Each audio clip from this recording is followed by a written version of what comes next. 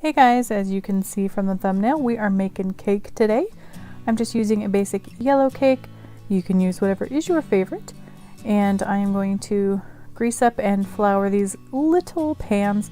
Obviously, if you want a big cake, it just depends on however big of a cake pan you want to use. But I'm using these little hearts, baking them according to directions, and giving them a little pat to get out extra air.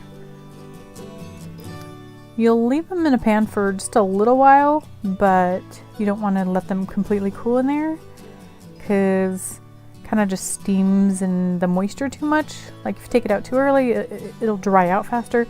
If you leave it in too long, it gets soggy. So just a few minutes, like 5 or 10 maybe, and then take them out. Once it is completely cooled, then you can use a serrated knife to even them out.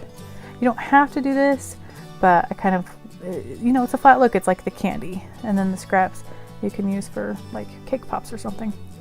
I will be honest, I was being lazy, so I used store-bought cake mix and also store-bought frosting. I was trying to use up a container I had already opened. I did water it down a little bit because it was just tearing at the cake with the consistency from the store. So that's what I'm doing here. Not the most delicious. If you want to try some good frostings out, you can check out my links for other videos I've done. This is homemade because I hate store-bought fondant, which most people I think do. This is my marshmallow fondant. Again, I have a video on that. And then I am just dyeing these. Since they're pastel, I just used plain old, you know, the little liquid ones that you can get for real cheap. You don't need the fancy gels. And just mixed them up.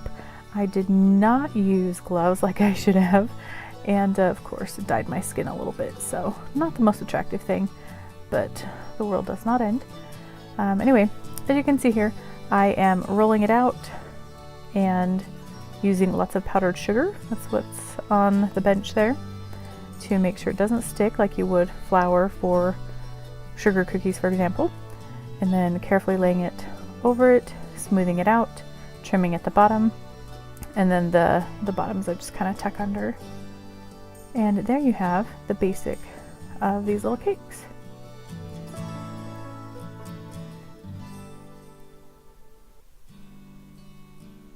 So just showing you real quick the other colors that I did. And we will be adding some writing soon.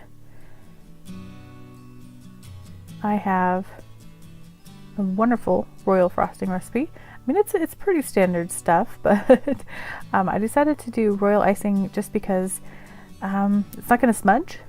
Like, I put these in the fridge for a while, covered up with plastic wrap. After it dries, then you're pretty good. It's going to dry hard, kind of like gingerbread houses. It's that glue. So, it takes a little bit of practice to be able to write, but, you know, not perfect. But I still like them. They're super cute. They tasted not too bad for mostly store-bought ingredients. And, you know, you can get as fancy as you want. If you want a fun little sneak, you could even add candy cane. I have another video on how I added candy cane to a cake. And I thought about doing it for this because it was amazing and it definitely would have helped the flavor. Anyway, thank you so much for joining me. I hope you have a great Valentine's. Whether or not you celebrate it, have a great day. See you around.